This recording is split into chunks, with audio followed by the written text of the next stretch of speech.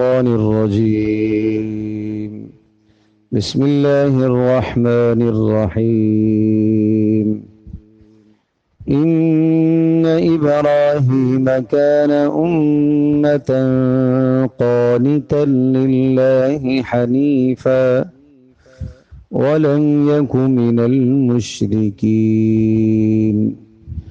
شاكرا لأنعمه اجتباه وهداه إلى صراط مستقيم وآتيناه في الدنيا حسنة وإنه في الآخرة لمن الصالحين۔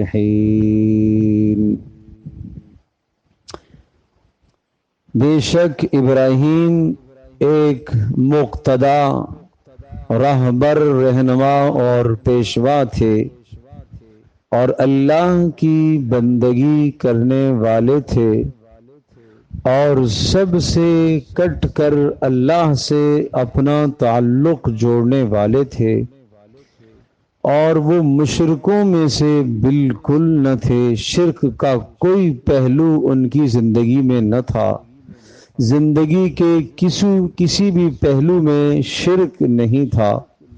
شاکرا لانعمہ، اللہ کی نعمتوں کا شکر ادا کرنے والے تھے۔ اجتباہ، اللہ نے انہیں منتخب کر لیا۔ وہداہ الی صراط مستقیم، اور سیدھے راستے کی رہنمائی کر لی۔ وآتیناہ فی الدنیا حسنہ، اور ہم نے انہیں منتخب کر دیا دنیا کی بہترین زندگی میں۔ وَإِنَّهُ فِي الْآخِرَةِ لَمِنَ الصَّالِحِينَ، اور وہ آخرت میں بڑے مقرب اور بلند درجے کے لوگوں میں سے ہوں گے۔ قرآن کریم کی بعض آیات ایسی ہیں کہ جو ہمارے لیے مثل آئینے کے ہیں۔ جس طرح سے انسان آئینہ دیکھ کر اپنے چہرے کو سنوارتا ہے، اپنے چہرے کے دبے اور داغ دور کرتا ہے، اپنے بالوں کو، کپڑوں کو سنوارتا ہے، بالکل اسی طرح سے قرآن کریم کی بعض آیات ایسی ہیں کہ ان کو سامنے رکھ کر انسان اپنی زندگی کا رخ متعین کر سکتا ہے، اپنی زندگی میں سنوار پیدا کر سکتا ہے۔ اور قرآن کریم کی ان آیات میں بعض آیات ایسی ہیں جن میں اللہ جل جلالہ نے اپنے جلیل القدر بلند ترین پیغمبروں کے تذکرے فرمائے ہیں، اور ان پیغمبروں کی زندگی پر اللہ نے روشنی ڈالی۔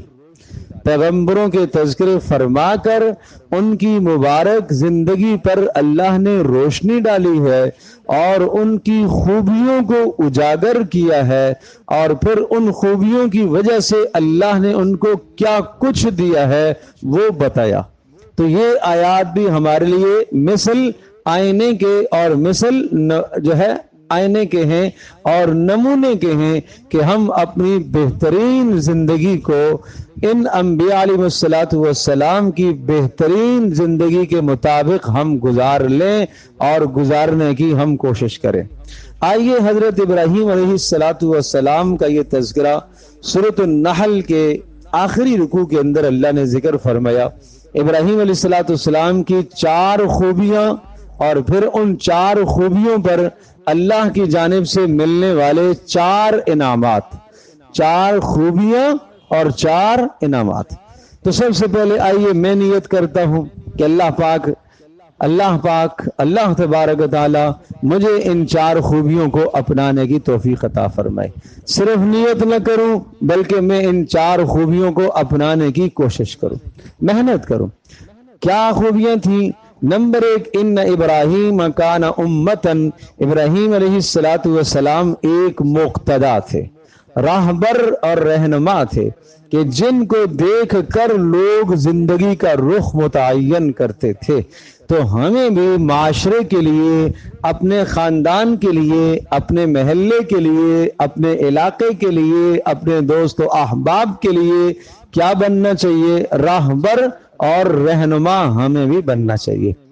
دوسرا معنی اس کا یہ ہے ان ابراہیم کان امتن، ابراہیم علیہ السلام تھے تو ایک آدمی، لیکن ایک ہونے کے باوجود بھی انہوں نے کام اتنا کیا جیسا کہ ایک بڑی جماعت کام کرتی ہے۔ اس لیے کہا ابراہیم امت تھے، حالانکہ ابراہیم تو ایک آدمی ہے، لیکن کہا ابراہیم کیا تھے؟ امت تھے۔ ان کی زندگی کو اگر آپ دیکھیں گے تو یوں محسوس ہوگا ان کی زندگی میں جتنے ہونے والے اعمال ہیں، اللہ کو راضی کرنے کے لیے جو کچھ انہوں نے کام کیے اور اللہ کی توحید کو پھیلانے کے لیے جو انہوں نے محنت کی، ایسا لگتا ہے کہ یہ ساری کی ساری قربانیاں اور یہ ساری کی ساری محنت ایک فرد کی نہیں ہے بلکہ کسی جماعت کی محنت ہے۔ تو ہمیں بھی ایسی محنت کرنی چاہیے۔ تو ابراہیم مقتدا، رہبر اور رہنما تھے، اور ابراہیم اکیلے ہو کر کیا تھے؟ ایک جماعت تھے، امت تھے۔ نمبر 2، دوسری صفت قانتا للہ۔ قانت قنوت سے ہے، جس طرح سے ہم کہتے ہیں دعائے قنوت، چک جانا، زندگی میں خشوع پیدا کرنا، اپنے آپ کو سپرد کر دینا، اپنی ساری زندگی کو اللہ کے سپرد کر دینا، یہ ہے قنوت۔ ہم عبادت میں اللہ کے سپرد کرتے ہیں اپنے آپ کو، عقائد میں ہم سپرد کرتے ہیں، معاملات اپنی مرضی کے مطابق، خوشیاں اپنی مرضی کے مطابق، غم اپنی مرضی کے مطابق، کاروبار اپنی مرضی کے مطابق۔ نو، ابراہیم ایسے نہیں تھے۔ اس لیے فرمایا فَأَقِمْ وَجْهَكَ لِلدِّينِ حَنِيفًا، اپنے آپ کو مکمل دین کے سپرد کر دو، یہ دو رنگی نہ کرا کرو، یہ بھی ہو جائے یہ بھی ہو جائے، اس کو بھی راضی کریں گے اس کو بھی راضی کریں گے، ایسا نہیں ہونا چاہیے، ایسا نہیں ہونا چاہیے بھائی۔ یہ سوچ، یہ نظریہ، یہ غلط ہے۔ سمجھوتا کر لو کسی سے مستحبات کی بات پر، آداب کے اندر سمجھوتا کر لو، فرائض واجبات میں سمجھوتا نہیں ہو سکتا، حق بات میں سمجھوتا نہیں ہو سکتا، توحید پر سمجھوتا نہیں ہو سکتا۔ ایک طرف پورا خاندان ہے، اور صرف خاندان نہیں، ابراہیم علیہ السلام کے خلاف پوری وقت کی سلطنت نمرود کی کھڑی ہے، اور دوسری طرف ابراہیم علیہ السلام اکیلے، کوئی سمجھوتا نہیں کیا۔ یہ نہیں کہا کہ جناب سمجھوتا کر لیتے ہیں، آپ بھی یہاں رہیں ہم بھی یہاں رہیں، آپ ہمیں رہنے بھی دیں آپ بھی رہیں، ہم آپ کو رہنے دیتے ہیں آپ ہمیں رہنے دیں، سمجھوتا نہیں۔ دین کے معاملے میں کسی قسم کی کوئی کمپرومائز نہیں ہے، توحید کے معاملے میں کوئی کمپرومائز نہیں، ضروریات دین کے معاملے میں، واجبات کے معاملے میں، فرائض کے معاملے میں آپ کو کسی بھی قسم کی مصلحت اندیشی کا شکار نہیں ہونا چاہیے۔ میں پھر عرض کروں گا، آداب ہیں، ٹھیک ہے ٹھیک ہے، اس میں ہم سمجھوتا کر سکتے، لیکن یہ ضروریات دین میں نبیوں نے سمجھوتے نہیں کیے۔ رسول اللہ صلی اللہ علیہ وسلم اکیلے، اور پورا قریش خاندان ایک طرف ہے، پوری مکہ کی قیادت ایک طرف، رسول اللہ صلی اللہ علیہ وسلم اکیلے۔ تو یہ ہے قانتا للہ حنیفا، کہ قنوت، اللہ کی طرف رجوع کرنے والے اور اللہ کی طرف جھک جانے والے۔ اور تیسری صفت فرمائی حنیفن، سب سے بے رغبت، سب سے بڑی امید اللہ سے، توکل اللہ پر، امید اللہ پر، سہارا اللہ کو سمجھنا، نفع کا مالک اللہ، نقصان کا مالک اللہ۔ یہ ہے ابراہیم علیہ السلام کا حنیف ہونا۔ حنیف کا معنی سب سے کٹ کر ایک اللہ کی طرف متوجہ ہو جانا۔ جہاں پر بھی ابراہیم علیہ السلام کا نام آئے گا، یہ لفظ آپ کو قریب قریب میں ملے گا کہ ابراہیم حنیف تھے، ابراہیم علیہ السلام حنیف تھے۔ اور حنیف کا معنی کیا ہے؟ کہ سب سے الگ تھے، الگ تھلگ کٹ کے، اس برے معاشرے سے کٹ کر۔ کبھی یہ نہیں کہا کہ نہیں جی ہمیں معاشرے میں تو وقت گزارنا ہے نا، ہم نے بھی تو لوگوں کو لے کے چلنا ہے، دین اور دنیا کو ہم نے لے کے چلنا ہے۔ گزشتہ دنوں میں نے ایک مثال دی تھی، دین اور دنیا کو اس طرح سے نہیں لی جاتا، یہ دین اور دنیا، دین کو برباد کرنے کی بات ہے۔ حنیفن، کٹ جانے والے تھے، سب سے یکسو ہو کر ایک اللہ کی طرف لو لگانے والے تھے۔ اور چوتھی صفت شاکرا لانعمہ، اللہ کی نعمتوں پر شکر ادا کرنے والے، بے پناہ شکر ادا کرنے والے۔ شکر زبان سے، اے اللہ تو نے یہ نعمت عطا فرمائی، تیرا شکر ہے۔ شکر دل سے، اے اللہ میں اس نعمت کا مستحق نہیں تھا، یہ تیرا احسان ہوا۔ اور شکر عمل سے جو نعمت اللہ نے جس مقصد کے لیے دی ہے اس نعمت کو اسی مقصد میں استعمال کرنا، یہ عمل کا شکر ہے۔ تو 4 صفات ابراہیم علیہ السلام کی ہو گئی۔ نمبر 1، ابراہیم علیہ السلام مقتدا پیشوا تھے یا ابراہیم علیہ السلام امت تھے۔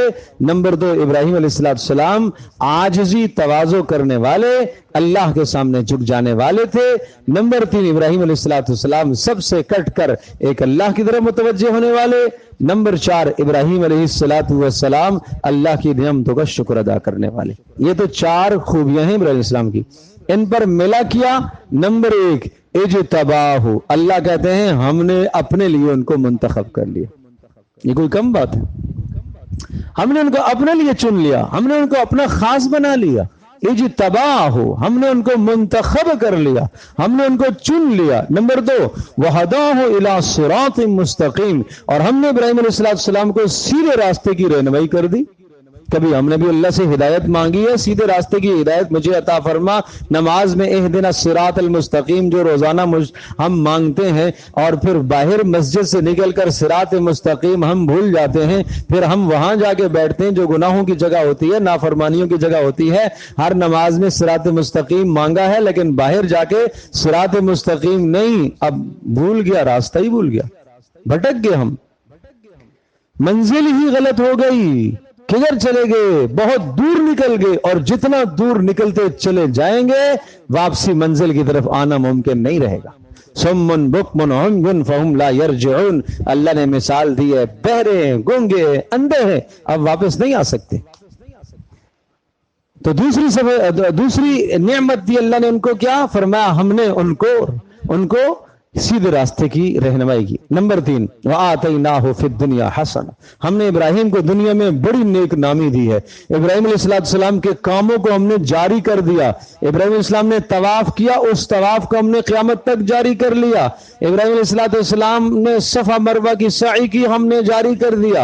ابراہیم علیہ السلام نے قربانی دی، اپنے بیٹے کو ذبح کیا، 10 ذی الحجہ کو ذبح کے لیے تیار ہوئے، متبادل قربانی جنت سے لائی گئی، اور قیامت تک کے لیے اس قربانی کے عمل کو جاری کر دیا گیا کہ جب بھی کوئی آدمی قربانی کرے گا تو ثواب ابراہیم علیہ السلام کو بھی ملے گا۔ اس کو کہتے ہیں وَآتَيْنَاهُ فِي الدُّنْيَا حَسَنَةً، دنیا میں ہم نے ان کی نیک نامی چھوڑ دی۔ ایسے کام ہے، اللہ مجھے بھی توفیق عطا فرما، میں بھی ایسے کام کروں، آپ بھی ایسے کام کریں کہ میرے جانے کے بعد خاندان میں وہ کام بطور نمونہ کے ہوں اور لوگوں کے لیے وہ سبق ہوں۔ میں ایسے کام نہ کر کے جاؤں کہ میں وہ کام تو کر کے گیا لیکن میں مر گیا اور وہ گناہوں کے کام بات بھی جا رہی۔ اس لیے حدیث میں آتا ہے، علامہ ابن قیم رحمۃ اللہ علیہ کا قول ہے، فرمایا خوش نصیب ہے وہ آدمی جو مر جائے اور ساتھ اپنے گناہوں کو بھی لے کے جائے، اور بد نصیب ہے وہ آدمی جو مر جائے اور اپنے گناہ چھوڑ کے چلا جائے پیچھے۔ بد نصیب ہے وہ آدمی۔ تو ابراہیم علیہ السلام نے سورہ شعراء میں یہ دعا مانگی تھی، اور وہاں میں نے تفصیل سے عرض کیا تھا کہ ابراہیم علیہ السلام نے یہ دعا مانگی تھی، وَجَعَلْ لِي لِسَانَ صِدْقٍ فِي الْآخِرِينَ، اے اللہ مجھ سے ایسے کام کروا دے کہ پیچھے میرا نیکی کا چرچا ہوتا رہے اور لوگ اس نیکی پر چلتے رہیں۔ یہ وہاں دعا مانگی تھی سورہ شعراء میں، اور سورۃ النحل میں اللہ نے کہا کہ وَآتَيْنَاهُ فِي الدُّنْيَا حَسَنَةً، ہم نے دنیا میں ان کو یہ خوبی دے دی ہے، ان کے کاموں کو ہم نے جاری کر دیا۔ اور نمبر 4، وَإِنَّهُ فِي الْآخِرَةِ لَمِنَ الصَّالِحِينَ، اور وہ آخرت میں تو نیکوکار اور بلند مرتبے اور مقام والے آدمی ہیں۔ تو 4 ابراہیم علیہ السلام کی صفات اور ان 4 صفات ملنے پر ملنے والے 4 انعام۔ تو آئیے ہم ان 4 صفات کو اپنائیں اور پھر اللہ کی طرف سے یہ 4 انعام لیں۔ ہم انعام سمجھتے ہیں مال کو، ہم انعام سمجھتے ہیں پیسے کو، ہم انعام سمجھتے ہیں کوٹھی اور بنگلے کو، ہم انعام سمجھتے ہیں گاڑی اور کار کو، لیکن اللہ کے انعام اس کی شان کے مطابق ہیں۔ اللہ کے نام اس کی شان کے مطابق ہیں۔ 4 صفات: ابراہیم مقتدا، راہبر، رہنما اور امت تھے۔ نمبر 2، ابراہیم علیہ السلام اللہ کے سامنے جھک جانے والے تھے۔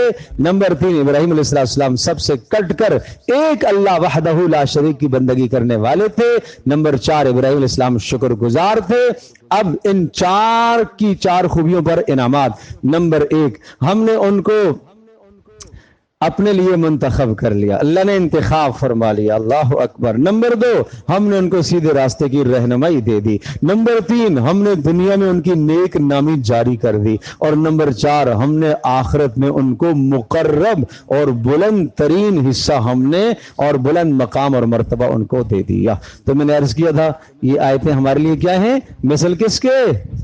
آئینے کے۔ آؤ اپنی زندگی کو، ابراہیم علیہ السلام کی زندگی کو سامنے رکھ کر، یوں آئینہ سامنے رکھ کر اپنی زندگی کو ہم سنوارنے کی کوشش کریں۔ اللہ مجھے بھی، آپ کو، ہم سب کو عمل کی توفیق عطا فرمائے۔